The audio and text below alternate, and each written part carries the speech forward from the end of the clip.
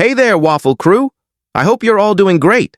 I'm Mark, and today we're diving into some fresh Reddit tales. If you enjoy these Reddit stories, consider giving a thumbs up, subscribing, and maybe even ringing that notification bell. Let's jump into the first story of the day. Much love, everyone. Our first post comes from Overpads on the Am I the Jerk subreddit. Am I the jerk for asking my husband to buy pads? Content warning, this story mentions blood. If that's not your thing, feel free to skip ahead. Timestamps are in the description and along the progress bar below. Thanks. Apologies for any typos. I'm writing this on my phone. I'm a 24-year-old woman, a stay-at-home mom, and my husband, 30, is the primary earner. I do my best to support him while being the main caregiver for our 1-year-old. Yesterday, I woke up to find my period had started. Since I'm weaning off breastfeeding, my cycle's been irregular, and this time it was extremely heavy. I bled through the sheets and onto the mattress. My husband was upset because he had to help clean up. I was covered in blood, so I cleaned myself up, scrubbed the bedding, and handled the mess. He was still frustrated. Later, I realized I was running low on pads, so I called him to ask if he could pick some up. To my shock, he refused. I asked if he'd grab tampons instead, and he said no again. Confused, I asked what I was supposed to do. He replied, "You got the money for them?" I was stunned. He added, "If you can't pay, tough luck," and hung up. With my period hormones in overdrive, I was a mess, crying constantly. I'm down to 4 pads, feeling humiliated.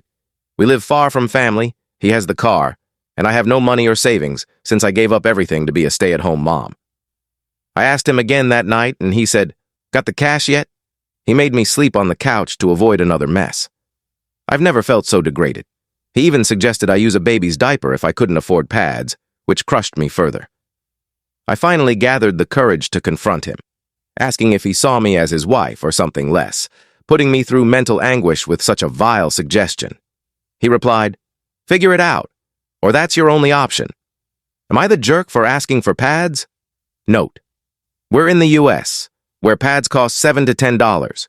We're middle class and not struggling financially. Mini update in the same post. I reached out to my older sister, who's amazing. She sent me a care package with pads, chocolates, pain relievers, and drinks. Thank you all for your responses. I think I might have overreacted. To those suggesting divorce, how could I? I have no resources, no way to even buy pads. Is there a way to fix this? I'm looking into online jobs to earn money while managing the household and caring for my baby. Thank you all so much. From that update, I can already sense how the comments will go, and I'm feeling the same way. This story is packed with red flags. Getting mad over a natural bodily function, refusing to buy essential hygiene products, making her sleep on the couch, suggesting a diaper, controlling all the finances, and isolating her from family and transportation. It screams abusive behavior. Let's check out some comments to see if they got through to the original poster, OP. Comment 1. This is financial abuse. Reach out to your family, get a lawyer, file for divorce, take your child, and secure what you're entitled to. Comment 2. Unique voice. Not only that, she's his wife and the mother of his child, and he's angry over an accident. Forcing her to sleep on the couch? He's dehumanizing her and trapping her in an impossible situation. I'm appalled. I once walked 2 miles in deep snow for pads because my ex wouldn't drive me. He even asked me to grab him cigarettes while I was out. I thought that was awful, but this is next level. Side note, some people got upset about calling this an accident. Have you ever had an unexpected bodily mishap? Periods can catch you off guard, especially with heavy flow. It's biological and not always predictable. OP's response. Divorce isn't an option. I can't even afford pads, let alone a lawyer. Commenter. Reply. You can divorce. You can take on debt for legal fees, ask family to cover costs and repay them later, or find a lawyer who will charge after the case is settled. These are just a few options. The alternative is staying in an abusive situation. OP's response. I'm not going into debt for a divorce. My family doesn't support divorce, especially with a child involved. I've spoken to lawyers, but they require in-person meetings, and I have no transportation. I'd lose more than I'd gain. Commenter. Reply. So, you and your family are okay with his abuse? Lawyers insist on in-person meetings for your safety and theirs. I wish you the best.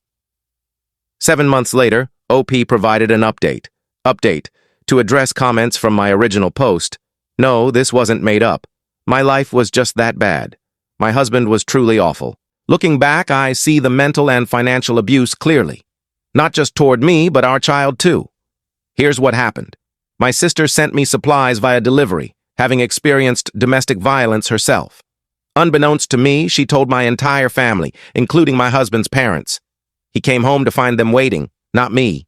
They tore into him until he was in tears.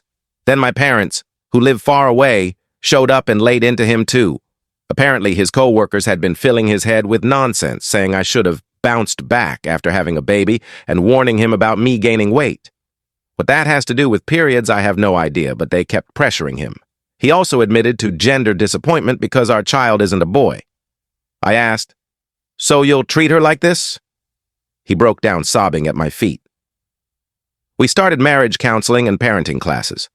I now have full access to our bank accounts, and they set up an emergency fund that only I can withdraw from, which he contributes to every paycheck. I don't think the fund was necessary, but I've forgiven him, though I won't forget. It's been 205 days since my post, and I feel like I have my ideal partner back. My sister deserves so much credit. Sorry if this isn't the update you expected or wanted. I didn't divorce, but thank you for all the support. Comment 1. On average, it takes a woman 7 attempts to leave an abusive relationship. Trauma bonding is real and tough to break. At least you have funds to leave if he reverts to his abusive ways. I promise he won't change. It took me 3 tries to leave for good. Wishing your daughter the best. Comment 2. Old plate. I understand why you stayed, but his behavior only shifted because his family shamed him. He refused to buy you hygiene products, financially controlled you, and said, "Tough luck." He enjoyed watching you struggle. He'll likely revert to this behavior. He's blaming his co-workers, but that's an excuse. The gender disappointment is another excuse. Comment 3. Sarah UK. Maybe his family's reaction was a wake-up call, especially if he values their opinions. Counseling might help, and the emergency fund is a safety net. I'd suggest opening a secret account he doesn't know about just in case. If things go well, it could be a retirement fund. This update left me uneasy. The fact that it took his entire family's intervention to change his behavior, while his wife's needs didn't move him, says a lot about whose opinions he prioritizes. I struggle to believe this change will last. Maybe I'm cynical from reading too many of these stories, but I wish OP and her child the very best. What do you think? Do you agree with the commenters? Can people truly change? Share your thoughts below. Let's move on to the next story. From Sky Drizzle on the Am I the Jerk subreddit, cross-posted to the Epic Revenge subreddit. Am I the jerk for saying I'm bilingual because I know ASL? This post includes a 2.5-year update. Some of my family members are deaf or hard of hearing, so everyone in my family knows American Sign Language, ASL. It was my first language since my dad is deaf. Most people don't know I sign because it rarely comes up. I'm a 16-year-old girl, and I was hanging out with friends and a new girl, 18, they knew. She mentioned struggling with English since it's not her first language. I said it wasn't mine either, and we moved on. Later at a skate park, we discussed our backgrounds. She bragged about speaking Spanish since her mom is from Mexico and asked what languages I spoke. I said ASL. She didn't take it well. She ranted that ASL isn't a real language because it lacks culture, calling it fancy Morse code. That's just the alphabet. I explained that ASL has unique grammar, distinct from English, but she wouldn't let it go, even after I suggested we drop it. She spammed our group chat with articles and posts claiming ASL is easy to learn or not a language, including papers about a gorilla that supposedly signed. It didn't. Our friend group was split. Some thought ASL might be simpler than other languages, while others denied it was a language at all. Am I the jerk? Top comment, not the jerk. That's some odd ableist nonsense. ASL is absolutely a language. It's in the name. Comment, Claire. Deaf culture is real. I know some ASL and am part of the disabled community, which has its own distinct culture. Deaf culture has unique norms, humor, and etiquette. Saying ASL lacks culture is ableist and flat out wrong. Tell her to watch a YouTube video on it. She's way off. Not the jerk. Comment, photo fan. Definitely not the jerk. I'm fluent in ASL, and it's recognized as a foreign language across all 50 states to varying degrees. Your friend is ignorant about ASL and deaf culture and needs to back off. This girl's identity seems tied to being the bilingual one, and OP's claim threatened that, so she lashed out.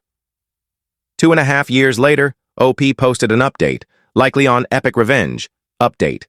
I learned Spanish to spite an ableist and got her expelled from college background. My family members are deaf or hard of hearing, so we all know ASL. It was my first language, and I went to speech therapy because I rarely spoke at home. Even now, I sometimes sign when overwhelmed. In my city, most people attend one of two major state colleges, and I ended up at the same school as the ableist girl. 2 years ago, when I was 16, now 18, and she was 18, now 20. She claimed ASL wasn't a real language, unlike Spanish, which she said was rich in culture. She called ASL a superpower I didn't have, splitting our friend group over whether I could claim bilingualism. I was shy then and didn't defend myself much. I posted on the Am I the Jerk subreddit, and the support from strangers helped me realize I wasn't wrong. Deaf culture is vibrant.